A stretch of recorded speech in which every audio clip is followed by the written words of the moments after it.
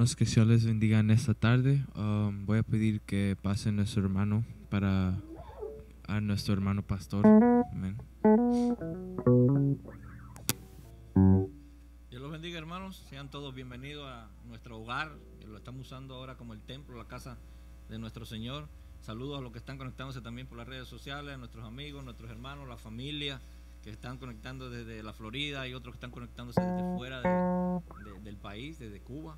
Los saludamos, los extrañamos la semana pasada porque no pudimos subir el culto, el video de la predicación, pero esta semana sí, esta semana estamos listos para todos juntos, ahora sí, adorar a nuestro Señor y nuestro Salvador Jesucristo. Una semana donde nos hemos enterado de que ha habido un repunte de la pandemia a nivel de todo el país. La Florida dicen que ahora es el epicentro, pero en todos los lugares ahora mismo está el virus, este COVID-19 en aumento. Yo comentaba con algunos hermanos hace un momento, de que nosotros tenemos que tener nuestra fe apoyada allí, cimentada en nuestro Señor y nuestro Salvador Jesús. Él cuida a sus hijos, Él mantiene a sus hijos, Él ama a sus hijos.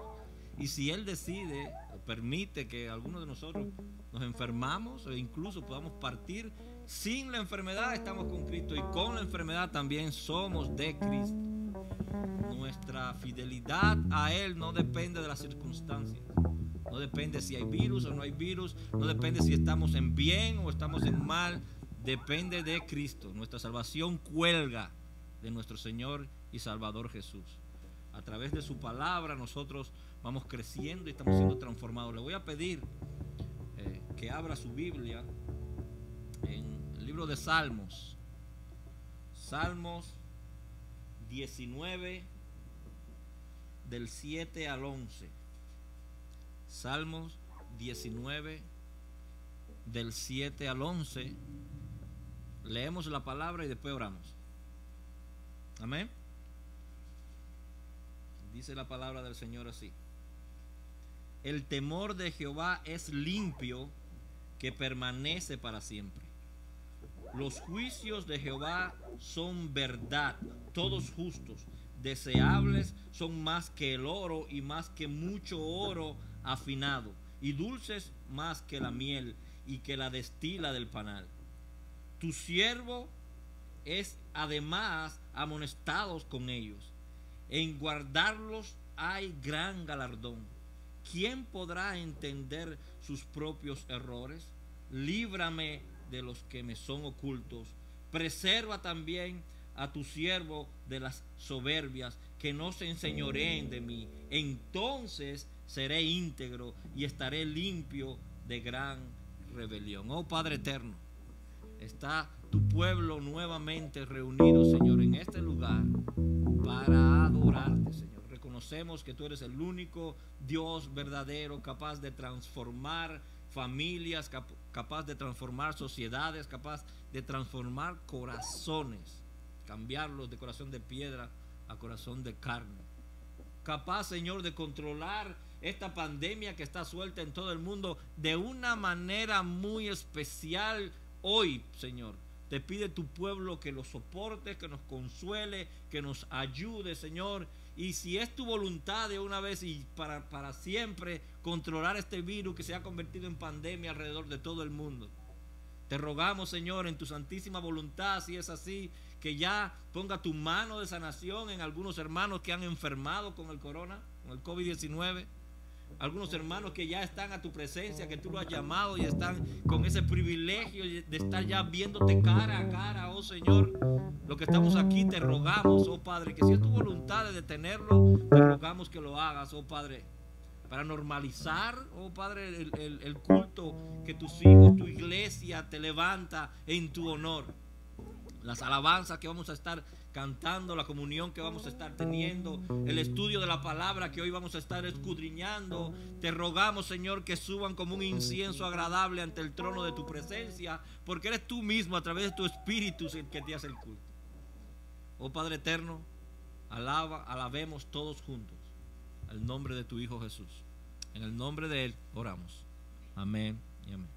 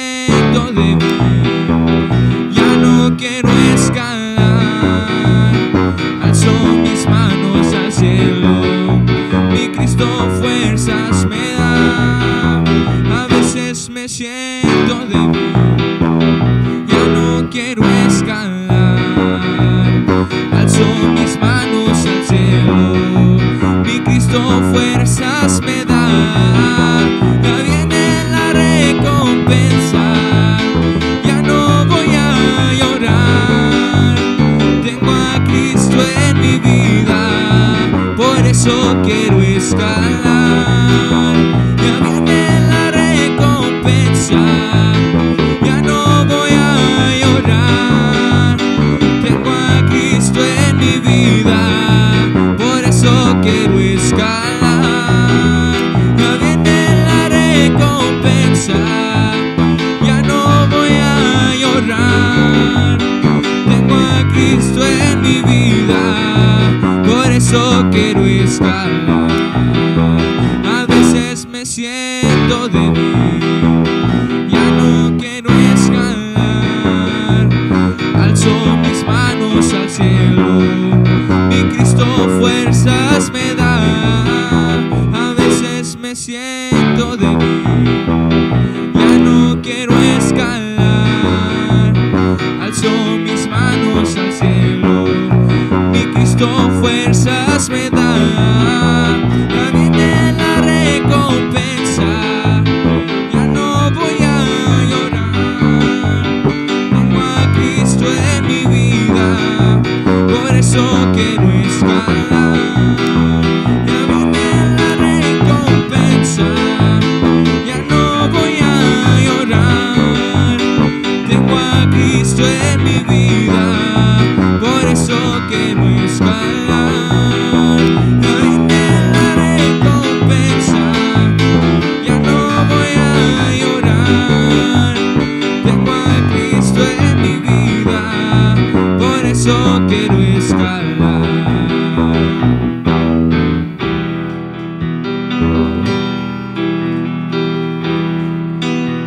Ya viene la recompensa, ya no voy a llorar.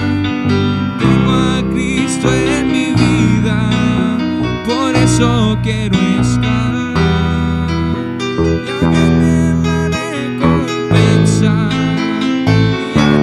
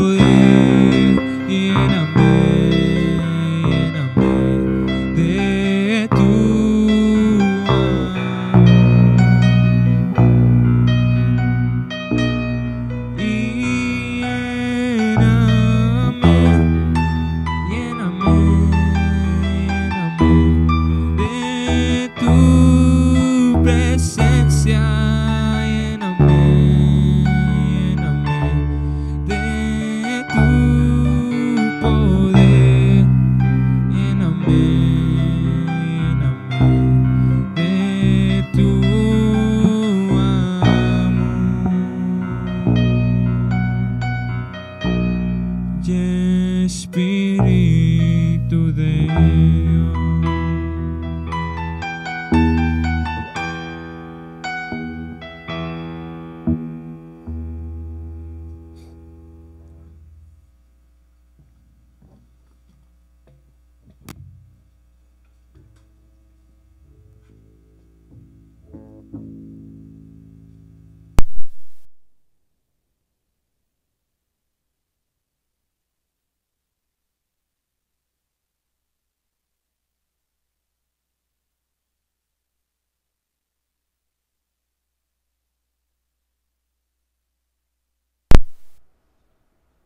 Antes de comenzar nuestro mensaje de hoy, hermanos, quería simplemente anunciarles que recordemos que los miércoles estamos llevando nuestro estudio sobre membresía de la iglesia a las 7, para que los que están conectándose se acuerden, lo vamos a estar invitando a través de Messenger, lo estamos haciendo. Lo que aún no se están conectando, que nos dejen saber un mensaje o dejen un comentario en el culto de hoy para agregarlos al grupo. Estamos tomando también decisiones importantes ahí los miércoles, hablamos cosas internas, cosas más cerradas sobre la iglesia. Por ejemplo, que queremos hacer un coro para acompañar aquí, mientras estamos aquí en la casa, un pequeño coro para acompañar a los músicos, 2 o 3 que puedan cantar junto con ellos, y así ir aumentando, ¿verdad? La alabanza que nosotros estamos elevándole a nuestro Señor y Salvador Jesucristo. Dicho esto, vamos a comenzar en nuestra serie de predicaciones expositivas sobre el libro de Apocalipsis que hemos estado llevando. Nos encontramos en la radiografía que Cristo le hace a la iglesia, las 7 iglesias que están en Asia Menor, lo que es ahora el área de Turquía. Ya habíamos visto a 3 iglesias. Comenzamos por la iglesia de Éfeso, una iglesia enraizada en la palabra del Señor, una iglesia con una doctrina realmente bíblica, apegados a los preceptos bíblicos, que exponía a los falsos maestros, que exponía por supuesto también las falsas doctrinas, pero que el amor hacia el Señor se había enfriado y que ese amor hacia los hermanos se había apagado. Luego estudiamos a la iglesia de Esmirna, una iglesia donde el Señor no tiene nada que decirles en contra a ellos, sino solamente palabras de aliento, palabras de consuelo, y le da promesas eternas. No van a sufrir daño de la muerte segunda, le va a dar allí la corona de vida. La semana pasada o antepasada estudiábamos el mensaje a la iglesia de Pérgamo. El mismo Jesús dice 2 veces que esta iglesia estaba situada allí, donde estaba el trono de Satanás. Y la influencia de la sociedad pagana era tan fuerte que había penetrado ya en lo que era la iglesia. Algunas doctrinas paganas, como la doctrina de Balaam, la de los Nicolaitas, había penetrado en la iglesia, y el Señor tiene alguna llamada de atención para ellos. Y si algo nosotros hemos aprendido del mensaje que hemos aprendido de estas 3 iglesias, es que hay cosas que el Señor no está dispuesto a tolerar en su iglesia. La iglesia de Esmirna, el Señor no le llamó la atención, y la que vamos a estudiar en un par de semanas, la iglesia de Filadelfia, tampoco dice nada en contra de ella, pero estoy completamente seguro que no es porque no había nada que el Señor no quisiera corregir allí. La iglesia está compuesta de hombres y mujeres pecadores que hemos sido redimidos por la sangre del Cordero, ¿cierto? Que estamos siendo transformados a través de un proceso de regeneración y transformación en el Espíritu a través de su palabra. Y hay siempre cosas que el Señor va a ir encontrando que en ese largo proceso de transformación, en ese largo proceso de regeneración, Él va a ir cambiando, dándonos forma aquí y allá para hacernos cada vez más semejantes a Él. Pero hay cosas que Cristo no está dispuesto a tolerar dentro de su iglesia.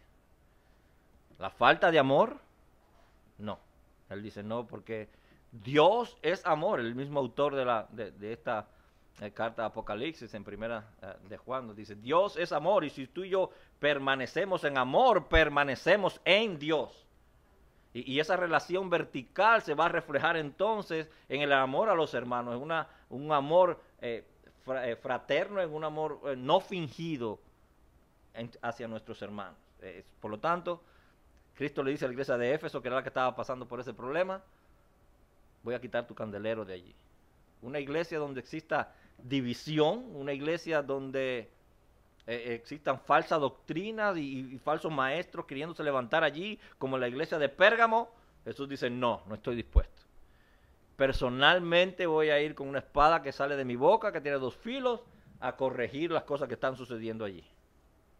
Y hoy vamos a estudiar el mensaje a la iglesia Tiatira, totalmente opuesta a lo que era la iglesia de Éfeso, hermanos. Recuerden, Éfeso es una iglesia enraizada en la doctrina, en la palabra del Señor, una iglesia que exponía a los falsos maestros, las falsas doctrinas, pero que el amor a ellos, hacia el Señor, se le había ido enfriando, el amor hacia los hermanos se había ido apagando. Bueno, Tiatira no tiene ese problema. El Señor le alaba el amor que ellos tienen. Y que ese amor se estaba reflejando en servicio. Porque nosotros cuando servimos en la iglesia le servimos a los hermanos, ¿cierto? Entonces Jesús alaba eso. Pero esta iglesia tenía un problema. Y que el Señor llama la atención allí. Y Él usa una palabra muy famosa ahora en muchas bocas. La palabra tolerancia. Él le dice, tú toleras esto o aquello.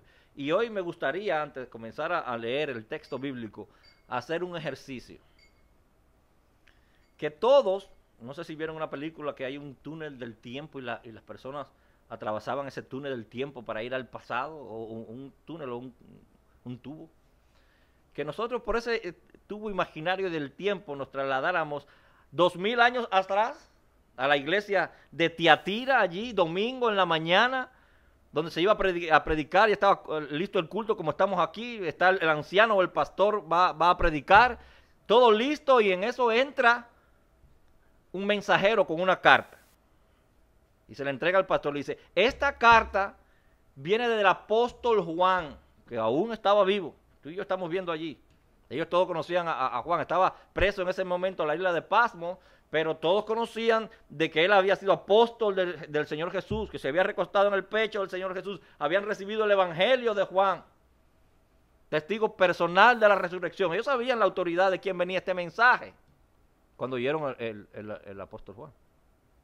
Y que Juan dice que Jesús, después de casi 65 años de que Jesucristo había otra vez ascendido, Jesús se le había vuelto a aparecer. ¡Wow! Y no solamente le había hablado con él y él lo había visto, sino que tenía un mensaje específico para la iglesia de Tiatira, para los que estaban sentados allí. Usted se puede imaginar cómo a veces las personas que van a la iglesia medio con sueño y se quieren sentar a dormir, cuando escucharon este mensaje, el principio, la introducción de ese mensaje, se habrán sentado más recto y dice, es con nosotros el mensaje hoy, directamente de Jesús. Bueno, vamos a orar y después leemos, ¿cierto? Padre eterno, nosotros, tu pueblo, tu iglesia, en estos momentos vamos a leer un texto que fue inspirado hace 2000 años atrás aproximadamente.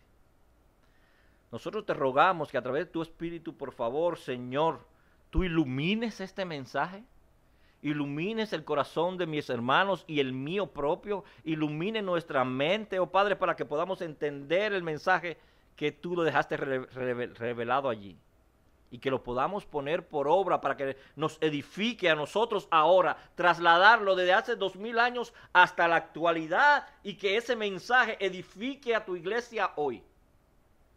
Te lo rogamos, oh Padre, en el nombre de Jesús. Amén. Vamos a leer Apocalipsis capítulo 2, desde los versículos 18 al 29. Apocalipsis capítulo 2, desde los versículos 18 al 29. Amén. Dice así la palabra del Señor.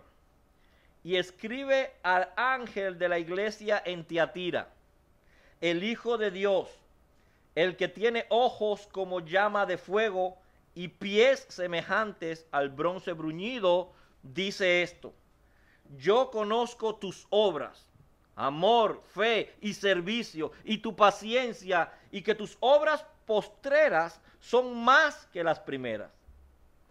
Pero tengo unas pocas cosas contra ti, que toleras que esa mujer Jezabel, que se dice profetiza, enseñe y seduzca a mis siervos a fornicar y a comer cosas sacrificadas a los ídolos.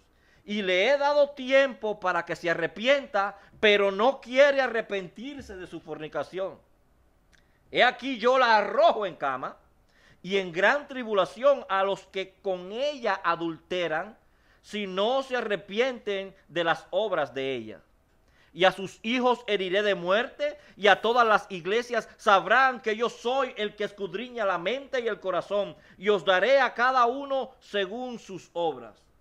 Pero a vosotros, a los demás que están en Tiatira, a cuantos no tienen esa doctrina y no han conocido lo que ellos llaman las profundidades de Satanás, yo os digo, no os impondré otra carga, pero lo que tenéis, retenedlo hasta que yo venga.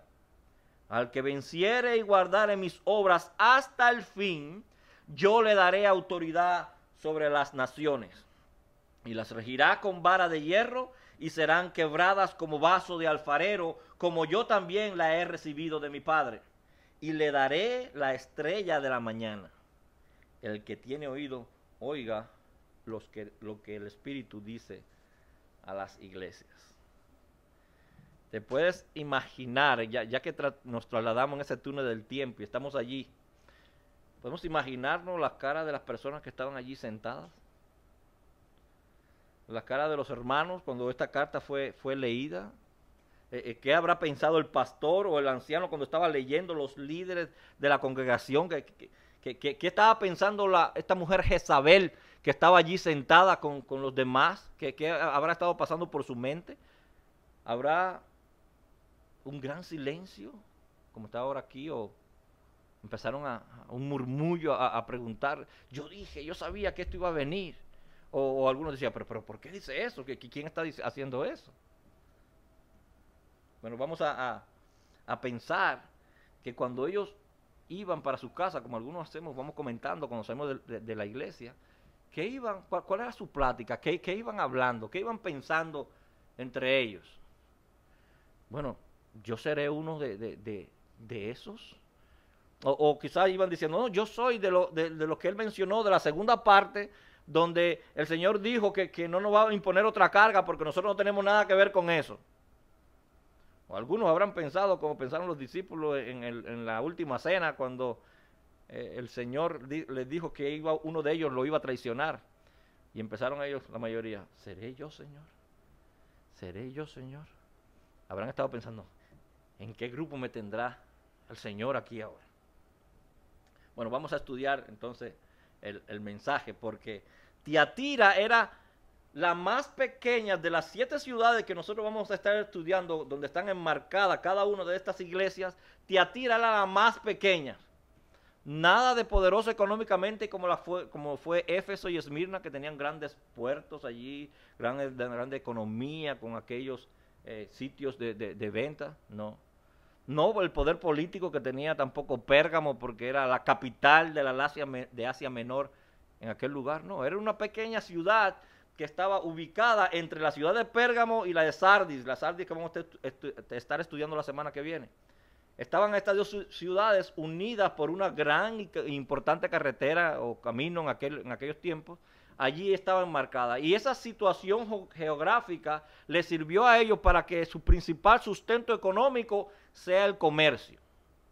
Ellos comerciaban con la lana, con el hilo, con tela, comerciaban con metales como el bronce, este bronce bruñido que Jesús nos va a hablar más adelante. Ellos comerciaban con este tipo de cosas. La ciudad estaba bien sostenida económicamente, y la vida económica, la vida política también, la social, incluso la religiosa, estaba regida allí por gremios laborales, como gremios industriales parecidos a lo que hoy nosotros conocemos como sindicatos de obreros, patronales.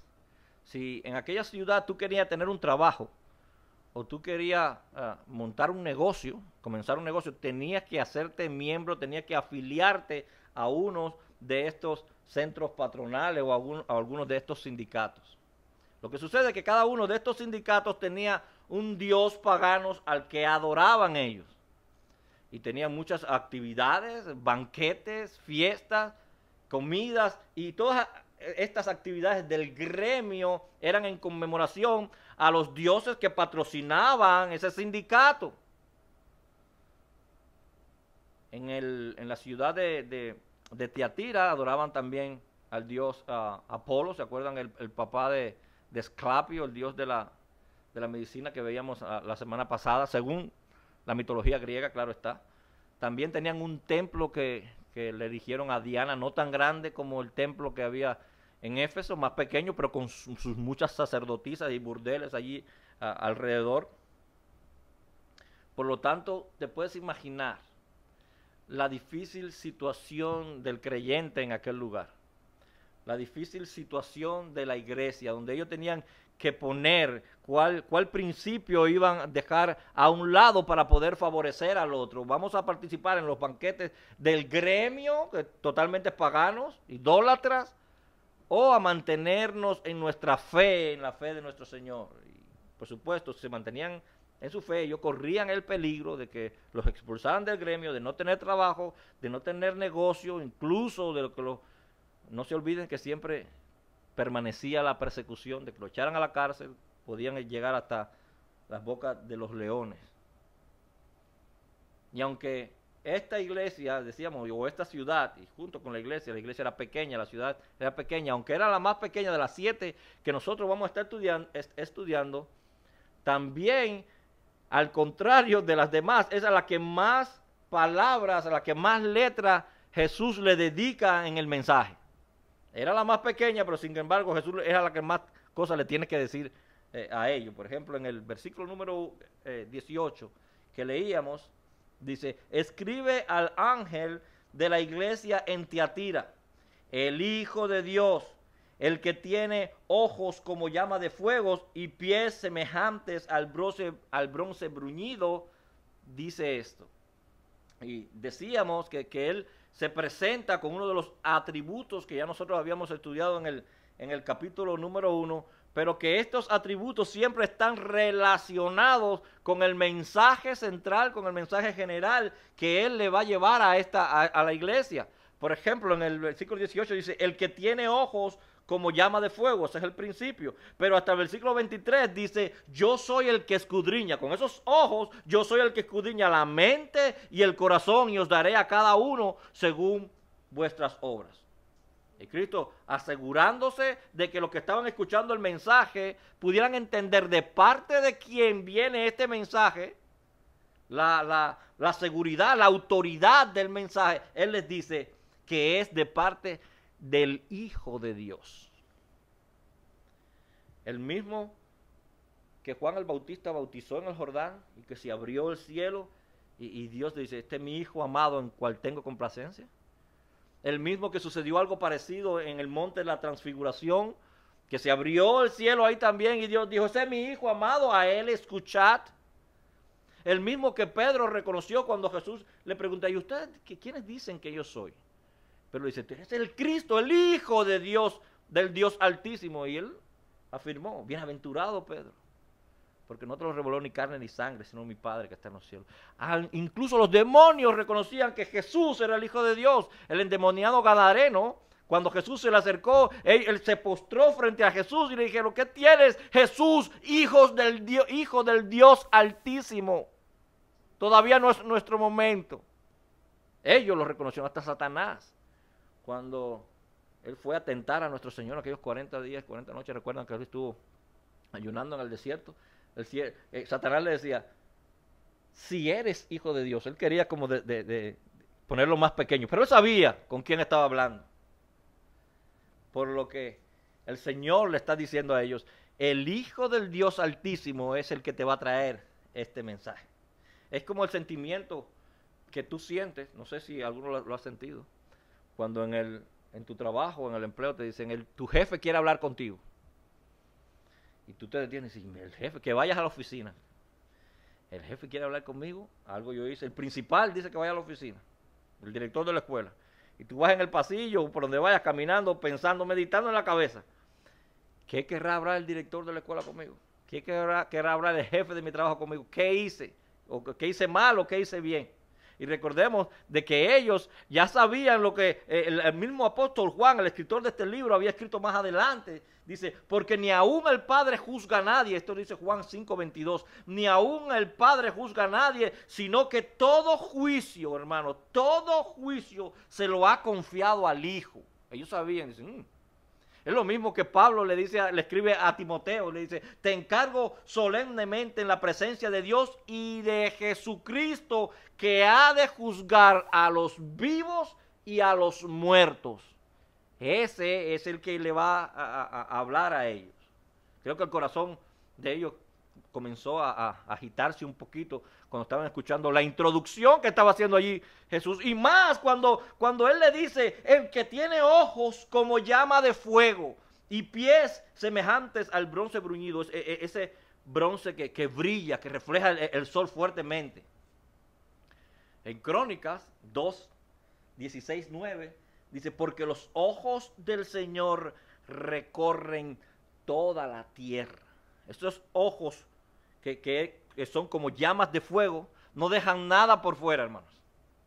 Todo lo sabe, todo lo escudriña, nada a él se le escapa. Es como te traspasa totalmente. Es lo que está intentando explicar Jeremías en el capítulo 17, versículo 10, donde dice: yo, el Señor, aquí está hablando Dios a través de Jeremías, escudriño el corazón y pruebo los pensamientos. ¿Te puedes imaginar que Dios prueba? Él no va a probar tus obras, dice. En este momento aquí está hablando de pensamiento. Él prueba tus obras también. Pero aquí nos está revelando que Él va a probar tu pensamiento. Lo que tú piensas. Hasta en eso tenemos que tener cuidado. Y dice Jeremías en el capítulo 11 también, versículo 20: mas el Señor de los ejércitos, que juzga rectamente, que examina los sentimientos. ¿Te puedes imaginar? Que Dios examina lo que tú sientes, los sentimientos. Él los está examinando, lo está mirando, y examina también el corazón. David se lo hace saber a su hijo Salomón cuando está pasando la antorcha del reino, del reinado. Y le dice: porque el Señor escudriña todos los corazones y entiende todo intento de los pensamientos. ¿Te puedes imaginar el intento de tu pensamiento, lo que tú quieres hacer con el pensamiento? Ya Dios lo sabe. Es lo que le está diciendo David a Salomón: séle fiel. ¿Cómo Dios hace eso? Bueno, como mismo lo hizo con Caín y Abel. ¿Se acuerdan cuando le llevaba la ofrenda allí? Y a Dios no le agrada la de Caín, porque él vio la intención del corazón y de sus pensamientos y de sus intenciones. Como mismo lo hizo cuando escogió a David como rey, que allí estaba Samuel mirando al hermano mayor, que estaba grande y fuerte, y Samuel pensando, dice: este es. Y Dios dice: no. Yo desecho lo que el hombre mira, yo desecho eso, lo de fuera, yo miro directamente al corazón. Ese es el que le iba a hablar a la iglesia de Tiatira. El que tiene ojos como llamas de fuego dice esto, y vamos al versículo 19: yo conozco tus obras, amor, fe, servicio, tu paciencia, que tus obras postreras son más que las primeras. Y comienza Cristo aquí a mencionar una serie de cualidades que tiene la iglesia y la va alabando. Dice, las obras, el amor, la fe, el servicio, tu paciencia. Y nos detenemos a pensar, esto es una iglesia ideal. Si nosotros tuviéramos una iglesia que Cristo pueda alabar las obras, el amor, la fe, el servicio, la paciencia allí, tú dirías, wow, yo quiero pertenecer a esa iglesia. Es casi perfecta. Y no termina ahí porque dice, tus obras postreras son más que las primeras. Es decir, que tus obras recientes son mejores que las primeras obras que tú hiciste. Tú vas de menor a mayor. Estás haciéndolo cada vez mejor, está pensando Jesús. Cada vez más lo haces bien. De menor a mayor. Yo te alabo eso. Lo contrario que de la iglesia de Éfeso, ¿recuerdan? 40 años tenía la iglesia de Éfeso de fundada y ya había dejado a un lado su primer amor. En su caminar, Éfeso fue de caliente a frío. Fue lo contrario que te atira. Y esto no solamente sucede en las iglesias. Yo me he encontrado con hermanos que cuando tú pones a conversar con ellos, dice, cuando yo era joven, en mi iglesia yo hacía esto. Cuando yo era joven en mi iglesia, o cuando yo era joven o en mi país, yo dirigía la alabanza, yo dirigía el culto, o yo predicaba, yo era predicador. Hermanos que están caliente y de momento, todos los días en la iglesia y de momento ya no lo ves más. Lo ves un día a la semana. Y después, un día cada 2 semanas. Después un día al mes. Hasta que se desaparecen de la iglesia y los deja de ver. Y realmente lo que ellos están queriendo decir es que ya no se congregan más. Entonces podríamos decir que ellos están igual que la iglesia de Éfeso. De caliente fueron pasando a frío y Jesús les dice, voy a quitar tu candelero, si no es que ya lo ha quitado. Los que se van y regresan, nos dice el apóstol Juan en su primera carta, en primera de Juan, es porque son de nosotros. Han perseverado, han luchado, se han mantenido, han aguantado duro ahí. Los que salieron y no regresan, según el apóstol Juan, en primera de Juan, capítulo 2, versículo 19, es porque no eran de nosotros. Salieron de nosotros, él dice, pero no eran de nosotros, porque si hubieran sido de nosotros, habrían permanecido con nosotros. Pero salieron de nosotros para que se manifestase que no todos son de nosotros. No todos son, dice Cristo. No todos son. Y esta iglesia, que nos parecía una iglesia ideal, que iba de menor a mayor, Cristo le dice, pero tengo unas pocas cosas contra ti. Cristo le tiene que decir algo a ella. En el versículo 20. Pero tengo unas pocas cosas contra ti que toleras. ¿Pueden ver esa palabra?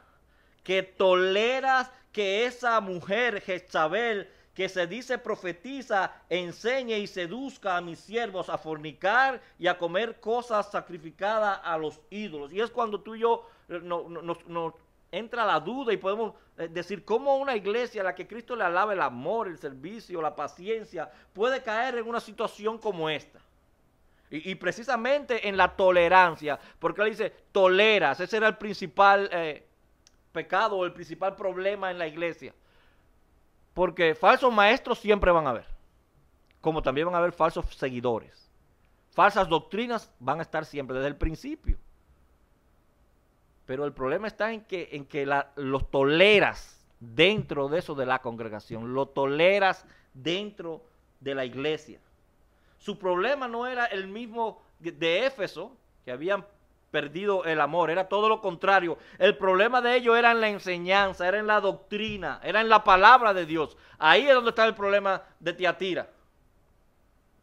Habían enarbolado tanto el principio del amor y de la paciencia y de la piedad, que habían caído en esta palabra de tolerancia, pero tolerancia al pecado, tolerancia a las falsas doctrinas, tolerancia a los falsos maestros. Como la doctrina filosófica que decíamos los pietistas, que la piedad y el amor son primero que la palabra, que la piedad y el amor son primero que la enseñanza bíblica. Quizás simplemente allí dentro de aquella iglesia había algunas personas que decían, bueno, yo no me voy a meter en problemas, yo a lo mío. Y ellos creen en eso. Hay personas que no quieren meterse en problemas. Hay otras que están en pecado y dicen, bueno, pero conmigo no es, que no me llame la atención porque es mi pecado, es mi problema, nadie tiene que ver conmigo. ¿Y saben qué? Eso es mentira de Satanás, una falsa doctrina de Satanás, porque el pecado afecta todo el entorno alrededor nuestro. Yo le ponía el ejemplo de que mi pecado afectó toda mi familia, desde el más grande hasta el más pequeño. Así sucede dentro de la iglesia. El pecado afecta a cada uno de los miembros de la iglesia porque estamos unidos por coyuntura, dice la palabra de Dios. Si se duele un miembro, se duele todo el cuerpo. Y no importa en el nivel de conocimiento que las personas puedan pensar que tienen de la palabra del Señor, porque hay quienes que predican o enseñan esto, de que el amor es más importante que la palabra del Señor. Predican que un atributo de Dios es más importante que el otro atributo de Dios. Y yo podría hacerle esa pregunta a ustedes hoy. ¿Qué piensan? ¿Que el amor es más importante que la palabra de Dios? ¿O que la palabra de Dios es más importante que el amor? El que piense, la palabra de Dios es más importante que el amor, porque a través de la palabra de Dios nos edificamos, somos corregidos, nos cambia, nos transforma. Bueno, diría que están igual que la iglesia de Éfeso. Mucha palabra, mucha doctrina, mucha enseñanza, pero fríos como hielo, separados del amor de Cristo. Y lo que dicen entonces que el amor es más importante que la doctrina, entonces estarían dejando a un lado la verdad, la principal verdad de la palabra, la que nos transforma, la que nos cambia, la que nos da vida a Cristo mismo. Y la palabra de Dios no nos enseña que un atributo es más que el otro. No nos enseña a escoger un atributo por encima del otro. La palabra de Dios no nos enseña eso.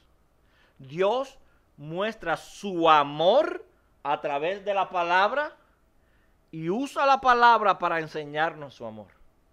Están estrechamente unidas. Es lo que nos dice también el apóstol Juan en capítulo 14, versículos 22 al 23. El que me ama, guarda mi palabra, él dice allí.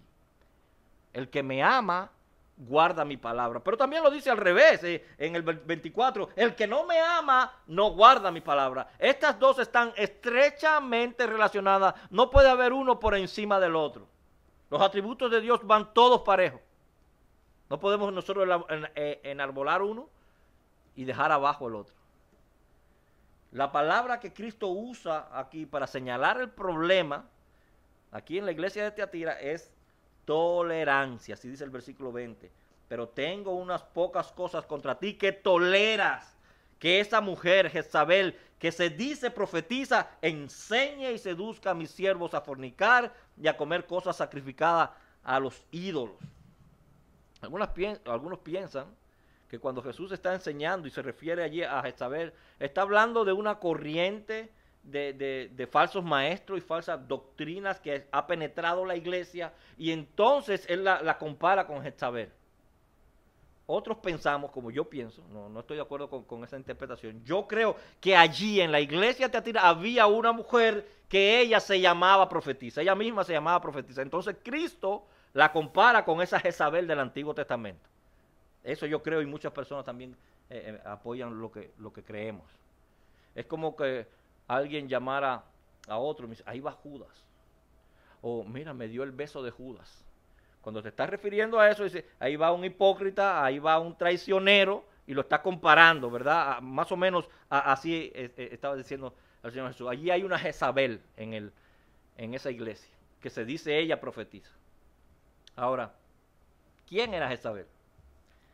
Era la esposa del rey Acab, uno de los más malvados reyes que nunca tuvo el reino de Israel en el Antiguo Testamento. El más pecador, tanto así que en Primera de Reyes, capítulo 16, versículo 31, allí está Dios hablando y dice, que a Acab no le bastó conseguir en los pecados de su abuelo Jeroboam, sino que fue y se casó con Jezabel, para que usted tenga la opinión que Dios tenía de Jezabel. No le bastó a él hacer tanto mal aquí que todavía fue y se casó con Jezabel. Ahí comienza la opinión de Dios con ella. Era la hija del rey de Sidón, sacerdotisa de Astaré. Astaré, diosa parecida a Diana, diosa de la fertilidad de ellos. Ella era una de las sacerdotisas sexuales de allí.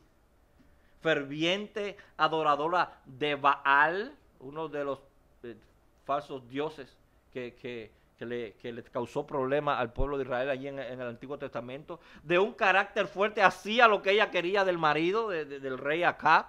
Ella usaba su sensualidad, la hermosura que tenía para alcanzar sus más viles propósitos.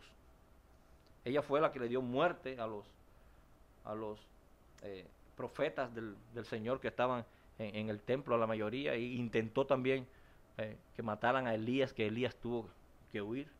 No sé, yo me imagino si todo el reino de Israel sabían que existe un solo Dios y que ellos adoraban a un Dios, ¿cómo ella pudo convencer a su marido para que construyera un templo para estos dioses paganos? Para Baal, en Samaria construyó uno, y tenía 400 sacerdotes al dios Baal, a los cuales Elías mató.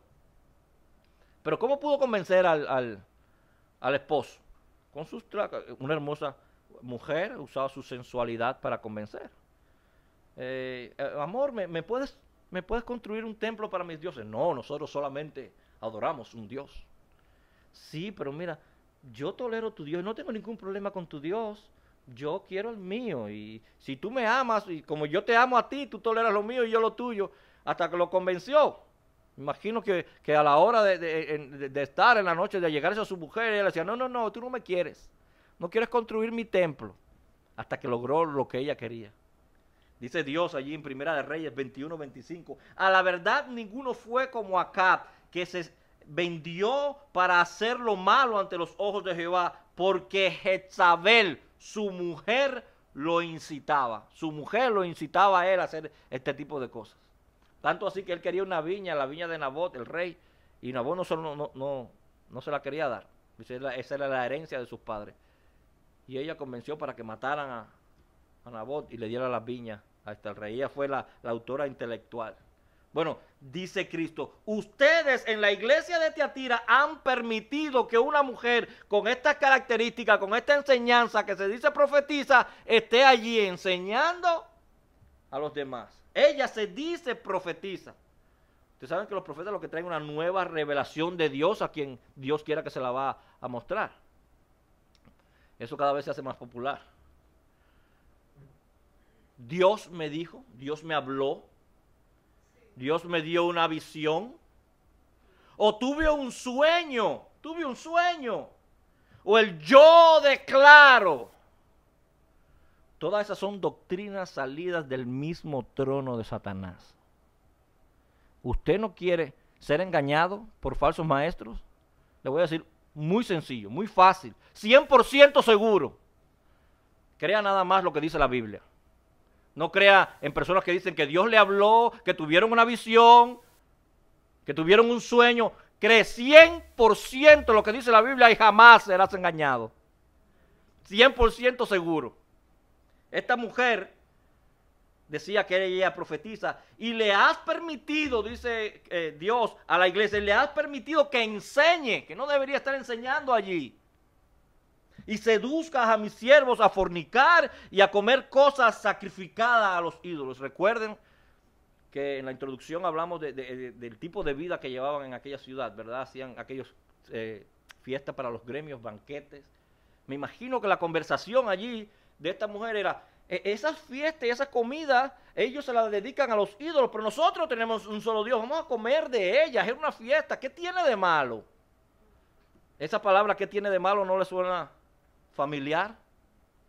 ¿Qué tiene de malo que nos comamos aquella comida que ellos están allí? Vamos a participar de la fiesta junto con todos, para no perder el trabajo, para no perder el prestigio del negocio, qué sé yo. Y has permitido que ésta seduzca a mis siervos. Y si algo nos enseña, hermanos, este pasaje es que los siervos de Dios pueden ser seducidos a fornicar y a los ídolos, a adorar a ídolos. Tenemos muchos ejemplos, múltiples ejemplos. David es uno. ¿Recuerdan el pasaje bíblico con Betsabé, la mujer de Urías? No lo vamos a hablar tanto porque el tiempo va avanzando, pero todos conocemos lo que hizo David. Conocemos en Primera de Crónicas, capítulo 21, versículo 1, donde dice: Satanás se levantó contra Israel e incitó a David, Satanás, incitó a David a levantar un censo al pueblo, a pecar contra Dios. Satanás lo incitó. Conocemos a Salomón, el hombre más sabio que ha tenido toda la tierra. No, dejamos aparte a Jesús, ¿verdad? Estamos hablando de los demás. Nunca ha existido ni existirá un hombre más sabio que Salomón. Y él terminó adorando ídolos, levantando altares para adorar a estos ídolos. Esto era lo que estaba cometiendo Pablo en la iglesia de los Corintios. Tanto el poder ser inducido a fornicar o el poder ser inducido a adorar ídolos. Él dice en 1 Corintios capítulo 6, versículo 15. ¿No sabéis que vuestros cuerpos son miembros de Cristo? Quitaré pues los miembros de Cristo y los haré miembros de una ramera. De ningún modo. ¿O no sabéis que el que se une con una ramera es un cuerpo con ella? Porque dice, los dos serán una sola carne. Y no creo que Pablo se estaba refiriendo exactamente a una ramera literal, si a una mujer o a una persona que no tuviera a Cristo en su vida, que no conociera a Dios. Dice, si este cuerpo es de Dios y cuando tú te unas a una mujer, van a ser una sola carne, ¿te vas a unir a una mujer que no tenga a Dios en su vida? Está hablando de que el hombre podemos ser inducidos nosotros a fornicar. Y también el capítulo 10 está hablando de que el hombre puede ser inducido, el Hijo de Dios puede ser, su siervo puede ser inducido a adorar ídolos, porque él le está diciendo, antes digo que lo que los gentiles sacrifican, a los demonios los sacrifican y no a Dios. Y no quiero que vosotros os hagáis partícipes de los demonios. No podéis beber la copa del Señor y la copa de los demonios. No podéis participar de la mesa del Señor y de la mesa de los demonios. O eres frío o eres caliente, no tibio. Es lo que nos está diciendo Pablo aquí. Y Dios en su gran paciencia, en su gran sabiduría, en su gran amor, nos da oportunidad y oportunidad y oportunidad. Y a esta mujer, Jezabel, le había dado muchas oportunidades también. Y Dios refiere allí a varias personas para que hablen con ella, y esta mujer no había cambiado. Bueno, en todo el relato hay varios grupos de personas allí, a los que él se va a referir. La primera es a Jezabel, a ella. Versículo 21. Y le he dado tiempo para que se arrepienta, pero no quiere arrepentirse de su fornicación. Dice Dios, a ella le he dado mucho tiempo, pero ella no quiere arrepentirse. ¿Qué pasa cuando una persona en su vida, en su corazón, en su mente, no quiere arrepentirse? ¿Cuál es el resultado? El corazón se endurece. ¿Sabe que está haciendo mal? Pero el corazón se le endurece y no quiere cambiar. ¿Qué es lo que hace el pecado en la vida de la persona? Te ciega. Hay veces que tú vas por un mal camino, estás haciendo algo que está incorrecto, pero en ocasiones tú no te das cuenta de eso. Porque eso es una de las funciones del pecado, cegar tus ojos. Los demás te están viendo, los hermanos te dicen, pues mira cómo anda el hermano fulano, mira cómo anda el hermano mercado, pero tú no te das cuenta. Porque eso es una de las funciones del pecado, cegarte y llevarte a la perdición. Por eso vino Cristo, a quitarte ese paño de pecado. Por eso dice Romanos capítulo 2, versículo 5. Pero por tu dureza y por tu corazón no arrepentido, por tu dureza y por tu corazón no arrepentido, atesoras para ti mismo ira para el día de la ira y de la revelación del justo juicio de Dios, el cual pagará a cada uno conforme a sus obras. Vida eterna a los que perseverando hacen el bien, buscan gloria y honra e inmortalidad, pero ira, enojo a los que son contenciosos y no obedecen a la verdad, sino que obedecen a la injusticia, tribulación y angustia para ellos. Dios nos da oportunidad tras oportunidad, como le dio al pueblo de Israel. Ustedes recuerdan la historia de todo el pueblo de Israel. Se dividió 10 tribus en la parte del norte, 2 tribus en la parte del sur. Y comenzaron a pecar, y Dios le mandaba allí profetas a las 10 tribus del norte primero. Arrepiéntanse, Isaías, arrepiéntanse, no se arrepintieron. Vinieron los sirios, todos al exilio. Vino entonces con la parte del sur, donde estaba en Jerusalén, y comenzó a mandar también allí profetas, Jeremías y otros. Arrepiéntase, mira a la prostituta de tu hermana, refiriéndose a las 10 tribus del norte. Mira lo que le pasó. 100 años le dio de oportunidad para que se arrepintieran. Reyes y todo el mundo, pueblo, no se arrepintieron. ¿Qué sucedió?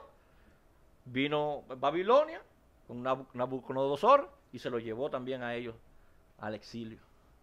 ¿Recuerdan cuando Noé, Dios le hace la promesa a Noé y le dice, quiero que haga un barco grande? ¿Usted sabe cuánto se tardó Noé en construir la barca grande? 120 años. Después son 120 años dándole la oportunidad al pueblo que estaba allí, a la gente que veía a Noé diciendo, ¿y qué estás haciendo? Una barca, pues Dios me mandó. ¿Por qué? Porque va a llover y todos se van a morir. Arrepiéntanse. Arrepiéntanse. 120 años. Dios dando oportunidad, dando oportunidad. ¿Qué tiempo tiene Dios dándonos oportunidad a cada uno de los que estamos aquí? Yo podía preguntar eso, si hay alguien de los que estamos aquí que Dios le está hablando y dándole oportunidad. Es un asunto indeterminado, específico. Dando oportunidad y oportunidad y oportunidad. Pero resulta que, claro que Dios es amor, pero cuando Él dice, hasta aquí llegó la oportunidad, hasta aquí llegó la oportunidad, hermano. Las consecuencias se hacen ver rápidamente. En el versículo 22 le dice a Jezabel, he aquí yo la arrojo en cama. Yo la arrojo en cama, la decisión ha sido tomada. Te di bastante oportunidades y no quisiste escuchar. Hay algunos que piensan cuando dice que la arroja en cama es que ya es la muerte que viene, otros que se enferman y están allí en cama. Lo cierto es que le dice, yo la voy a arrojar en cama allí. Y cuando la arroja en cama es porque está muy enferma casi al morir. Dios ya había tomado la decisión, hermano. Bastante oportunidad le dio. Como le dan bastante oportunidad a muchas personas para que vengan a Cristo, vengan a Cristo. ¿Por qué fulano pasó por aquello? ¿Por qué menganito pasó por aquello? Dios da oportunidades y oportunidades y oportunidades. Y todo tiene un límite. ¿Recuerdan a los hijos de Elí, del sacerdote? Allí estaban frente al tabernáculo, ellos teniendo relaciones con las mujeres que iban a orar. Y cuando Elí se entera, él va y le llama la atención a sus hijos. Escuchen lo que le dice en 1 Samuel capítulo 2, versículo 25. Va Elí a hablar con ellos, le dice, no lo busque, escuchen nomás. Si pecare el hombre contra el hombre, los jueces le juzgarán, le dice Elí a sus hijos. Mas si alguno pecare contra Jehová, ¿quién va a rogar por él? Pero ¿qué usted cree cuando Elí le dice eso a sus hijos que ellos hicieron? Dice la palabra, pero ellos no oyeron la voz de su padre. ¿Saben por qué no oyeron la voz de su padre? Sigue diciendo el texto, porque Jehová había resuelto hacerlos morir. Dios ya había tomado la determinación. Ya Dios había resuelto de que ellos iban a morir, cómo lo iban a morir, cuándo iban a morir. Ya Dios había tomado la decisión. No había más oportunidad para ellos. Por ellos no pudieron escuchar. Por eso decimos que el pecado ciega a la gente, no ven. Van caminando y no saben que hay un hueco allí. Y Dios le habla a otro grupo de personas allí. Es igual que cuando dice allá en 1 Corintios capítulo 11, a partir del versículo 29, que hay personas cuando van a tomar la cena del Señor, dice que hay muchos que están enfermos y otros ya duermen porque toman la cena del Señor indignamente. Eso sucede literalmente así como allí dice. Muchos duermen, mueren, otros se enferman. Las personas no lo creen, pero así es. Cuando Dios dice hasta aquí, es hasta aquí. Y le habla a otro grupo de personas. Y le va dando oportunidad. Dice, y en gran tribulación va a echar Dios a los que con ella adulteran, los que adulteran junto con Jezabel, si no se arrepienten de las obras de ella. Y podemos ver que el amor de Dios, la paciencia de Dios, incluso dentro de una tribulación. Porque Dios dice, si no te arrepientes, yo voy a permitir que venga una tribulación a tu vida simplemente para provocar en ti arrepentimiento. Ese es otro grupo de personas que estaba allí. Dios no quiere en la tribulación, podemos poner esta pandemia. Él no quiere acabar con su iglesia, Él no quiere destruir a sus hijos, no. Muchos de sus hijos Él quiere que vengan al arrepentimiento, que se acerquen otra vez a Él, con un corazón contrito, un corazón humillado. Es lo que quiere Dios, para que sus hijos se arrepientan y vengan a Cristo. Es lo que dice aquí en Hebreos capítulo 12, cuando está hablando de la amonestación, 12:10, dice: es verdad que ninguna disciplina al presente parece ser causa de gozo, ninguna, sino de tristeza, pero después da fruto apacible. La disciplina después da fruto apacible, fruto de justicia a los que en ella han sido ejercitados, frutos de santidad, fruto de paz, fruto de honra para Dios, los que han sido ejercitados en la disciplina de Dios, que a veces pensamos que es una tribulación, o es tribulación, pero Dios la usa para tu bien y para el mío. Es lo mismo que está diciendo Santiago: hermanos míos, tened por sumo gozo cuando os halléis en diversas pruebas, sabiendo que la prueba de vuestra fe produce paciencia. Eso es lo que produce, paciencia. Y Dios le habla a un tercer grupo que están allí dentro de la iglesia, el viejo Jezabel, a los seguidores de Jezabel, pero también le habla a otro que él dice que son sus hijos. Dice en el versículo 23, y a sus hijos heriré de muerte. Estoy seguro aquí que no está hablando de hijos físicos, sino seguidores cerquitas, discípulos de esta falsa profeta que estaba allí. Dice, a esos, dice Dios, los voy a herir de muerte, a los seguidores de aquellos que no se han arrepentido, que no han podido ver por sus propios ojos que era una falsa mujer, una falsa profeta, torciendo la palabra de Dios para su conveniencia. A esos que la están siguiendo, los voy a herir de muerte. Y todas las iglesias sabrán que yo soy el que escudriña la mente y el corazón. Todas las iglesias van a saber que yo soy Dios. Y os daré a cada uno según sus obras. La salvación, todos conocemos que no es por obras, ¿cierto? La salvación es por fe en Cristo Jesús. Él es la verdad. Él puso la fe para llevarnos allí a salvación, por gracia. Pero la Biblia reiteradamente enseña que vamos todos, hermanos, a estar frente al tribunal de Cristo. Y todos vamos a ser juzgados por nuestras obras.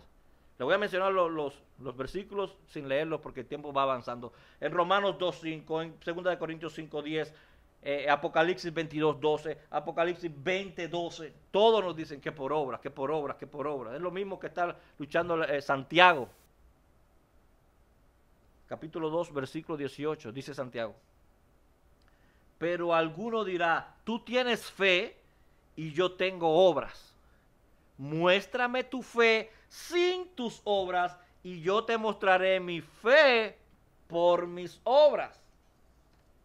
No está diciendo que va a ser salvo por las obras, sino que una fe verdadera va a producir obras y tú vas a ver la fe de esa persona. Es lo que dice en Efesios. Escúchenlo bien como ahora, cómo lo aclara mejor Pablo. Esto mismo, cómo lo aclara mejor Pablo en Efesios, capítulo 2, versículo 8. Porque por gracia soy salvo, ahí lo está diciendo, por medio de la fe. Y esto no es de vosotros, pues es don de Dios, es un regalo de Dios, no por obras. Te lo aclara, para que nadie se gloríe. Pero ahora mira lo que dice ya en el versículo 10. Porque somos hechura suya, creados en Cristo Jesús para buenas obras. En Cristo Jesús, cuando tú estás en Cristo, eso va a producir obras en Cristo. Obras que vas a servir y el mundo va a ser luz en este mundo, sal en esta tierra. Es lo que está diciendo. Nuestras obras hablan de lo que hay en tu corazón y el mío. Y dice Jesús que la fe se revela por las obras. Dice, por sus obras lo conoceréis, dice Cristo. Por las obras lo vas a saber. Y cuando llegue el momento, Él por las obras también. Dice, aquí estoy yo, aquí no estoy yo, aquí estoy yo, aquí no estoy yo. Tus obras y las mías van a hablar si Cristo vive en ti y en mí o no. No es que somos salvos por obras. Y les da promesas al vencedor, a un último grupo. Este grupo me encanta. Versículo 24. Pero a vosotros y a los demás que están en Tiatira, cuantos no tienen esa doctrina y no han conocido lo que ellos llaman las profundidades de Satanás, yo os digo, no os impondré otra carga. Pero lo que tenéis, retenedlo hasta que yo venga. Cristo siempre tiene un remanente. No importa si están en Pérgamo, en el trono de Satanás, no importa si están en Tiatira, una ciudad pequeña y atribulada, no importa dónde, no importa si estás en Las Vegas, la ciudad bien llamada del pecado. Él tiene un remanente fiel para él, escogido por gracia, atraído con cuerdas de amor y a veces no con cuerdas de amor. Y nos sigue diciendo el versículo 26. Al que venciere y guardare mis obras hasta el fin. Escucha, hermano, hasta el fin. No es que yo caminé y me paré y me fui. Ya yo soy salvo, yo no voy más a la iglesia. Dios promete que la salvación no se pierde. No, no se pierde, el que se va a perder es tú. Le daré autoridad sobre las naciones. Es lo mismo que dice en Salmos capítulo 2. Pídeme y te daré por herencia las naciones. Si estás en Cristo, estás gobernando las naciones en Cristo, con Él. Y las regirá con vara de hierro y serán quebrantadas como vaso de alfarero, como yo también la he recibido de mi Padre. Y escuchen esto, y le daré la estrella, el lucero de la mañana o la luz de la mañana. Y yo preguntaba, ¿cuál es esa luz? Escuchen varios versículos. En Juan capítulo 1, versículo 4. En él estaba la vida y la vida era la luz de los hombres. Versículo 9, aquella luz verdadera que alumbraba a todo hombre venía a este mundo. Versículo 3:19, y esta es la condenación, que la luz vino al mundo y los hombres amaron más las tinieblas que la luz porque sus obras eran malas. Todo en Juan, capítulo 5, versículo 35. Él era antorcha que ardía y alumbraba, y vosotros quisiste regocijarte un tiempo en esa luz. Capítulo 8, versículo 12. Otra vez Jesús les habló, Jesús ahora hablando, yo soy la luz del mundo. El que me sigue no andará en tinieblas, sino que tendrá la luz de la vida. Esa es la promesa que Él está dando aquí a lo que se mantiene. Al que venciere, me voy a dar a mí mismo, yo voy a ser la luz de ellos. Van a tener vida eterna, es lo que está refiriendo. Y por último, el que tiene oído, oiga lo que el Espíritu dice a las iglesias. Oh Señor, te damos gracias. Te damos gracias, Señor, en esta tarde por haber hablado a nuestras vidas. Te damos gracias, oh Padre eterno, porque tu palabra es eficaz, está viva y trabajó hace 2000 años y ha venido trabajando durante todo este tiempo hasta llegar ahora, 2020. Oh Padre, para trabajar en cada uno de los corazones de mis hermanos y en el mío propio, en los que están escuchando esta palabra, para que podamos ser edificados, oh Señor.